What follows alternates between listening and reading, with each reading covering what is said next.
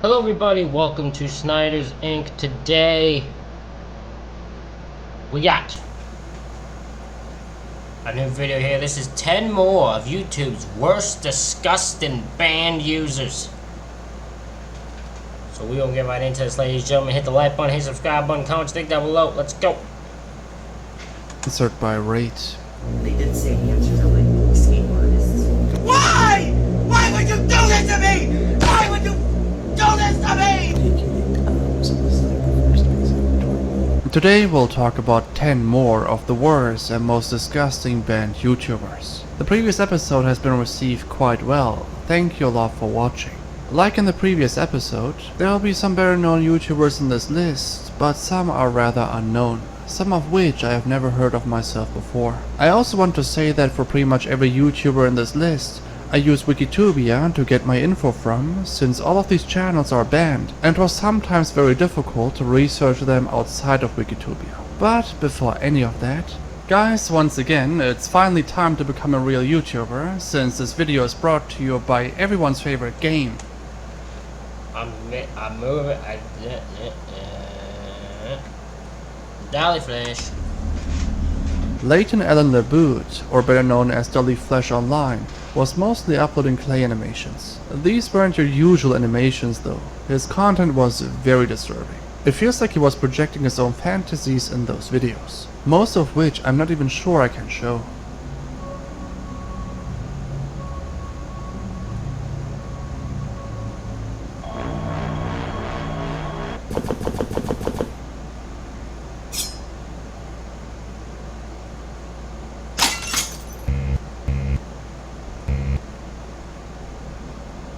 You could make the argument that one doesn't necessarily need to be a psychopath to make these videos, and while this might be true in some cases, this definitely isn't the case with Dolly Flash.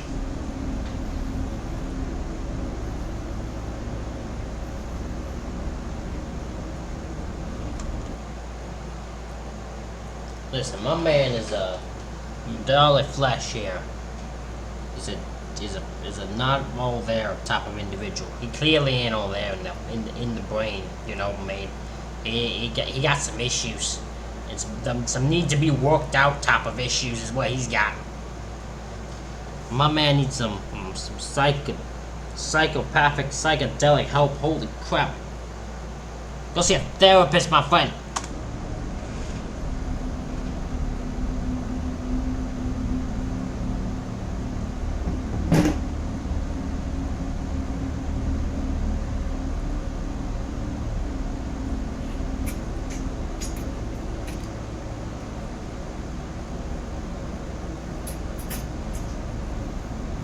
He had a Twitter and Instagram, the latter has been taken down. There he would often post stuff which raised a couple of red flags. Quote, "When I was 12, I remember having an obsession of wanting to be R-worded by a hot girl. I remember looking at the cover of Britney Spears in a dress and black hair, and would tell lots of others I wished she could do that to me." Without context, this still isn't anything too definitive, so it was somewhat easy to write off as an edgy tweet for attention. He eventually made a Twitter post contemplating on buying a hamster. He would later upload a video to YouTube playing with those hamsters. So, recently purchased some hamsters from PetSmart.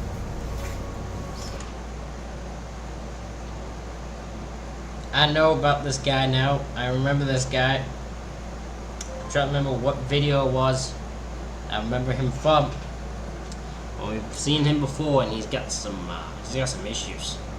This guy's got some rigged up issues.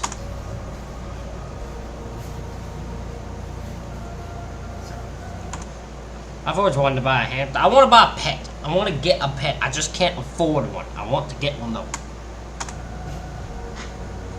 I got 3 of them. I haven't thought of names yet. On the very next day, he would upload a video taking the life of these animals in a very brutal manner. While the video was taken down almost instantly, people still have very detailed descriptions of what happened in that video. The description of the video allegedly read, "Pin stabbed, drowned, microwaved." Around 10 days later, he would get arrested, but would later be released after paying a $1,000 bail. After seeing this, some of the residents, even his own neighbors, protested outside the Kelowna law courts. A year later, his trial took place, where he was put under an 18-month conditional sentence and 4 to 5 years of supervision. When police asked him why he did it, he said he was, quote, bored and entertained by it. Obviously no remorse in sight. Even worse is that he told one... This guy just sees probably people as the hamsters as easy things he could kill. And he thought probably no one would care because they're animals, that's why. Like, he's probably not thinking, really. Probably doesn't know most. I apologize for my phone. My phone's on. I have to charge it, and when I charge it, I have to turn it on, because if I try to turn it off and charge it, it'll just turn back on. So, I have to leave it on. I'm not going to check it. My focus is here. One of his friends at school that he was planning on taking everyone's life in his class because the girls kept on rejecting him. He created multiple I don't blame the girls for rejecting him. I wouldn't want to be near his crazy ass either. plans like poisoning the water fountains or putting mustard gas in the vents. His big idols were people like Tsutomu Miyazaki, which a lot of you should be familiar with. His main channel was terminated, and the last update regarding this case was from 2021. I could spend hours just talking about this YouTuber here, but I will try to trim it down as much as possible. This is one I actually don't know about. I don't know about this one. Shannon, known as Creepshow Art, was a YouTuber known for commentary, art, and storytime videos. She was exposed quite heavily later on. Shannon was homeless and lived with her husband in a van for multiple years, and even recorded some of her early videos in there. Last week I made a video about how I used to have a series on my channel where I talked about tips and tricks I learned while homeless and how I made 2 episodes of that series before stopping altogether. There were multiple things that Shannon did, such as spreading misinformation on people and accusing them of horrendous things, without actually having any evidence for her claims. There were very absurd things she did on a platform. Why on earth would you accuse someone of stuff, accuse people of stuff when you have no evidence to support the claim? Because it just makes you look bad. It doesn't make you look good. It makes you look bad. Platform named Lolcow. Lolcow, from my understanding, is a person that is being made fun of on the internet, who doesn't actually know that they are being made fun of. There is a fully dedicated platform for this under the same name. Shannon was a very frequent participant on this platform. The admin of the website decided to de-anonymize her, compiling all of her posts and making a full post history that is still visible to date. Looking at her posts, it obviously looks very strange. She speaks about herself in third person all the time. She would also use a lot of derogatory slurs against all kinds of people, even though she publicly condemned and accused others of doing the same prior to this being exposed, which obviously is very hypocritical. She would also gossip about other people like the YouTuber Hopeless Peaches. Shannon decided to address all of this in a community post on YouTube, claiming that it was not her posting all of this on Lolcow, but instead a crazy stalker who spoofed her IP address. Hold on, so you're telling me, you expect me to believe that a stalker, someone who's obsessed with you, decided to go in a forum chat. Probably not even a very popular one, but just a forum chat. And just start saying a bunch of random things and talking in the third person for you. Okay. Pretending to be her. In the end, people debunked this, saying that she lied and that it was indeed her on Lolcow. And more ironically, while she claims to have been stalked, she and her husband were stalking a different YouTuber named Emily Artful, who made a full 2-hour-long video on this. Shannon, you need help. And this is me and everyone else asking you to go get help. Not just for yourself, but for the people that you have hurt. You need to take that long, hard look in the mirror like I did and see the ugly, broken pieces. Shannon was making multiple accounts LARPing as Emily to frame her and ruin her reputation, even creating accounts LARPing as her viewers, and creating fake interactions to further frame her of stuff. It's actually so elaborate and so much worse than what I described that I can only Listen, this is what's worse, is part of me wants to watch this. I'm not even joking, like, there's part of me that wants to watch this whole thing. It'd be too long too, because it's 2 hours long, so I'd have to do like a live stream with it. And watch, just, like, see you guys engage with it with me, but this is some weird shit. recommend checking out the full video if you're interested. I definitely can't go into detail because it's too much. Though after this, Shannon decided to make a reply video, which is also 2 hours long. While this video's intention seemingly was to debunk Emily's claims, she only further proved her right by showing that she was indeed stalking her. Everyone was disliking the video and called. Woman, you can't defend yourself from being a stalker. That won't work. No claims. Which is unfortunate, because she looks like a very attractive woman, but she's clearly not all there. Calling her out for it. She basically ended all of it by making a statement saying that she would leave YouTube. Around April this year, her channel was terminated for copyright infringement. I left out a lot on purpose, so if you really want to get the full story, have fun going through multiple hours of videos, it's actually that deep. Marcus Sean Dibble, or better known by his YouTube name Dibble, was an Australian YouTuber who mostly made call-out, rants and comedy videos. His call-outs consisted of exposing YouTubers like Ricegum, Lil Tay, Prank Invasion and Jake and Logan Paul to make them respond to his videos. He was pretty successful, amassing hundreds of thousands of subs. To be fair, it wasn't really difficult to make good points against these people, so it made sense that he looked pretty smart in comparison.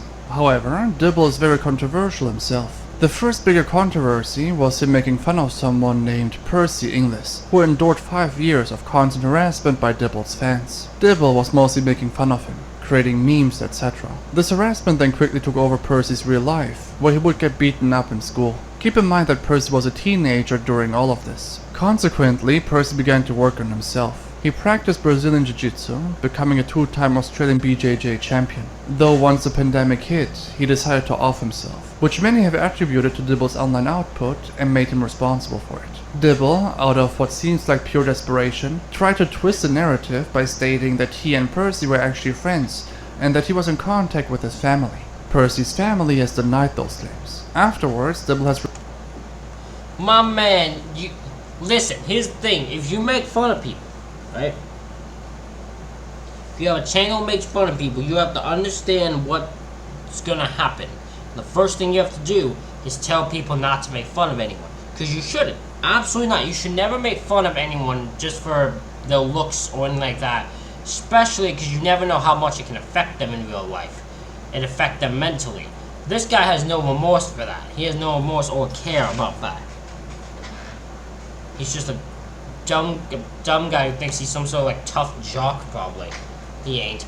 Removed his videos where you mentioned Percy, but later reinstated them again, only for YouTube to later terminate his channel. So the videos are now gone again, which brings us to the worst point in his YouTube career. On the 5th of July 2021, Dibble pleaded guilty to multiple charges of grooming a 16-year-old and producing as well as distributing CP. At the time of the crime, the girl was 3 years younger. In the end, he got a $5,000 fine and 18 months of community service and has to register as an offender for 15 years, which seems to be on the very low end considering the severity of the entire thing. I agree. And many have spoken out about it, but the sentences remain to this date.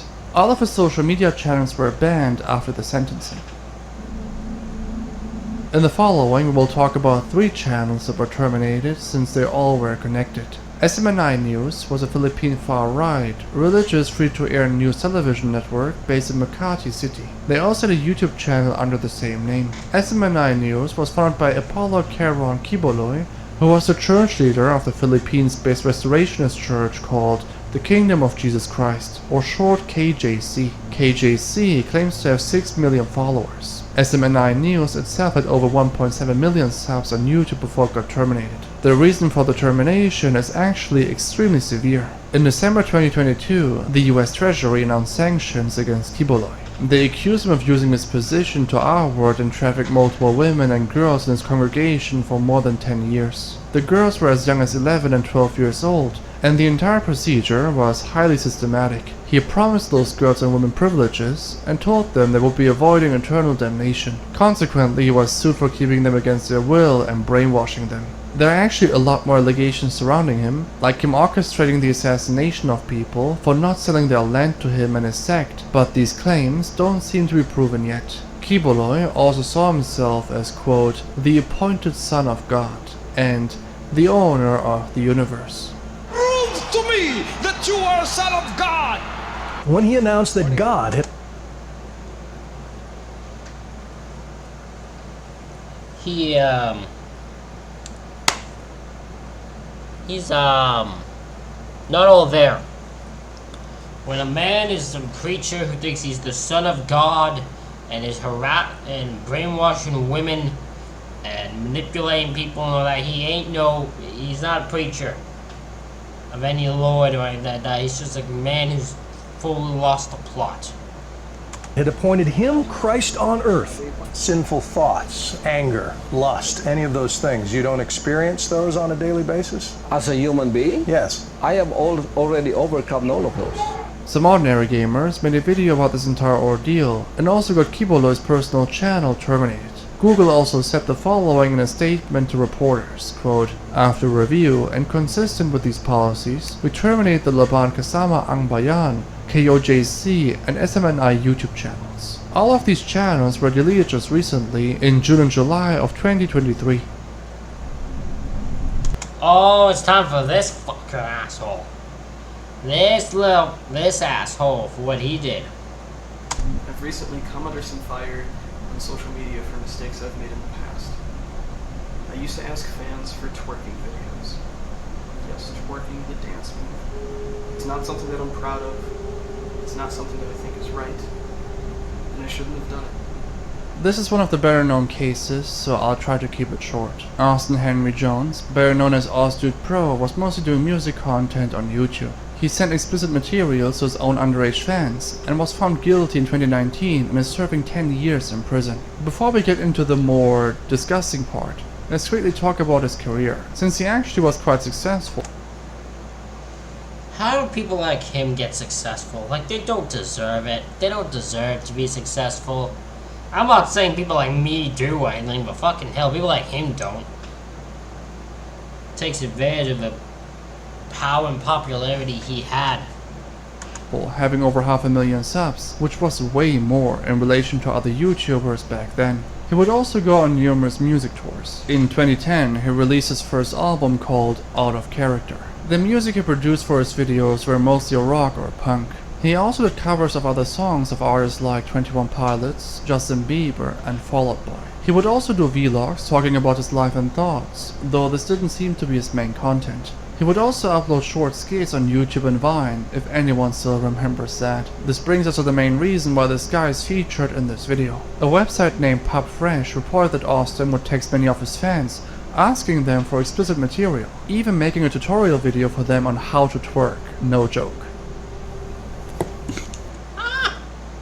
I didn't know that part. My man, you're so desperate for stuff, you're gonna show them how to do it.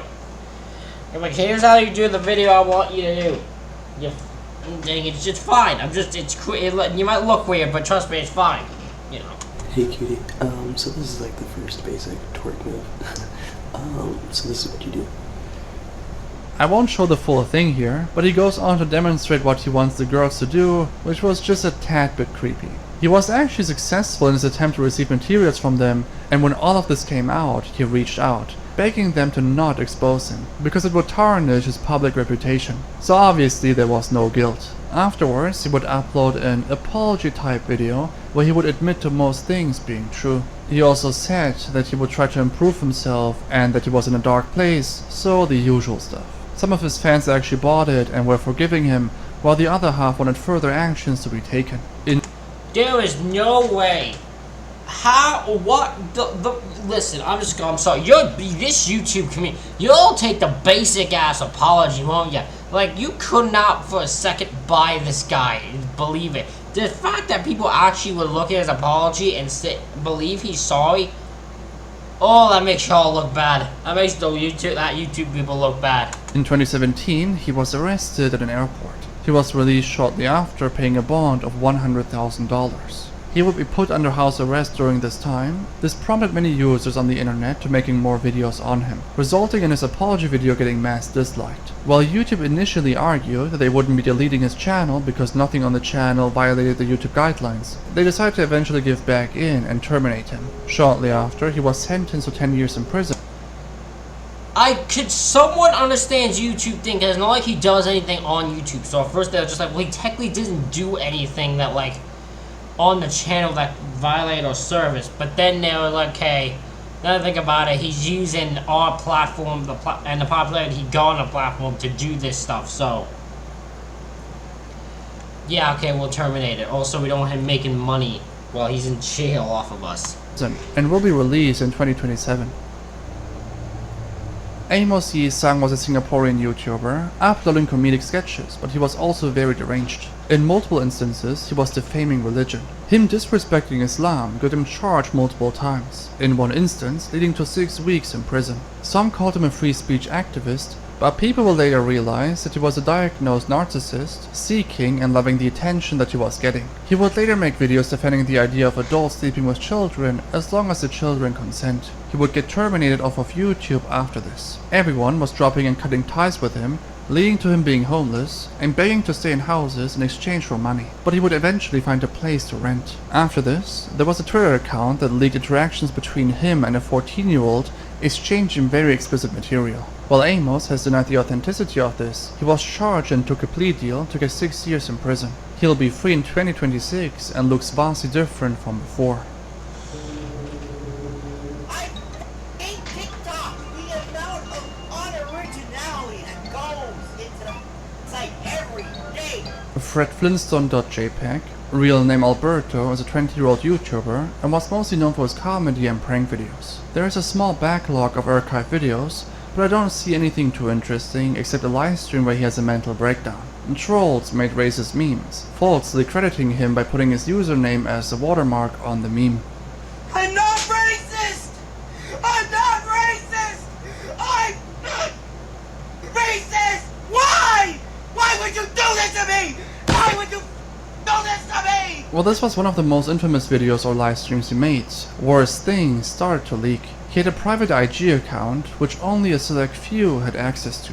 He had a lot of trust in this process of not everyone being able to see what he would post. He therefore decided to upload a lot of kinky content. One was sheep girls. After this got leaked, many more girls came forward and claimed that he was convincing those girls to participate and roleplay with them, some even claiming that he was abusing them. Alberto apparently didn't deny those allegations, even making a video titled, "I'm a terrible person and here's why," allegedly confirming every claim. Well, I couldn't find this video to confirm this myself, and there are multiple sources claiming this. In the next part it will get a bit more extreme, but the information seems to be inaccurate or at least not traceable, so take everything with a grain of salt. Additionally, there was a case where Alberto shared an explicit image of a teen with one of his friends, which he also decided to upload to his Insta and Twitter page in private groups. Once those got leaked, he told people to respect his privacy instead of apologizing. It now starts to get very irritating, and I honestly don't really understand what went down, since most of the info has been.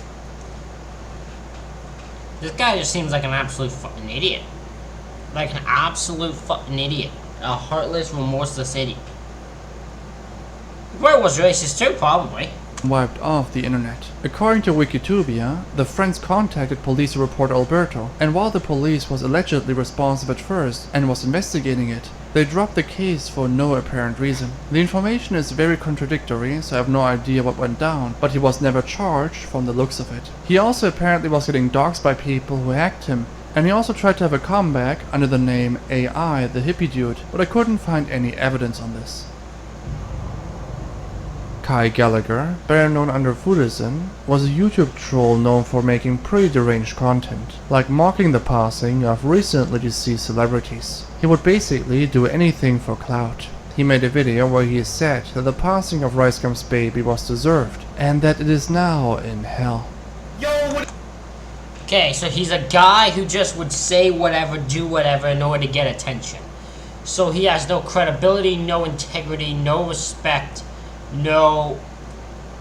can't probably looks up, and he's also probably a virgin. Probably a virgin. What is up, guys? This is Food and Sin. Sarah explained why Rice Gum's baby deserved it. Rice Gum's baby deserved to get sacrificed to the ball because I make better videos. Rice Gum is obviously a big YouTuber himself, So this was a very tasteless attempt to use his name for attention. Yeah. In a different video, he was trying to call Technoblade at 3 AM. Oh, what is up, guys? This is Food and Sin. Today we're gonna be calling Technoblade at 3 AM. He has sadly passed away. This is just so awful. The trolls are harassing Technoblade. It's just such a terrible thing to do. Like, why would you harass a dead person? But we're gonna be calling him at 3 AM. This is gonna be so crazy. Technoblade was a YouTuber that passed away a few months ago. Technoblade is also a YouTuber with a massive audience. That's obviously why he chose him to make a video on. He made numerous other videos on, for instance, the passing of Jacksepticeye's dad or Snoop Dogg's mother. Again, mocking them. There's really not much more to say about. This guy's a fucking idiot and should not have any sort of respect or any sort of clout on you. He shouldn't even be allowed on it. This guy is just super edgy content. A lot of his channels have been removed from the looks of it, and he seems to have quit. Though there is one channel with the exact same name that still exists, but it also is inactive.